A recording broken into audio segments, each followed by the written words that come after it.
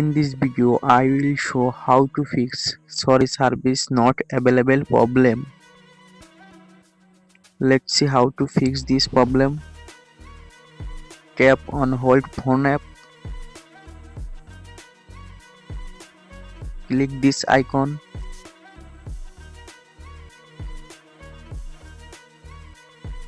Tap on storage. Tap on clear data. Tap on delete.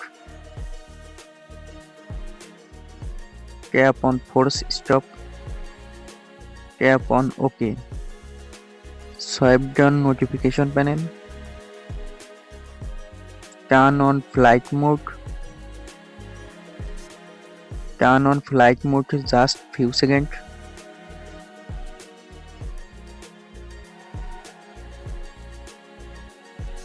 Now open on phone app.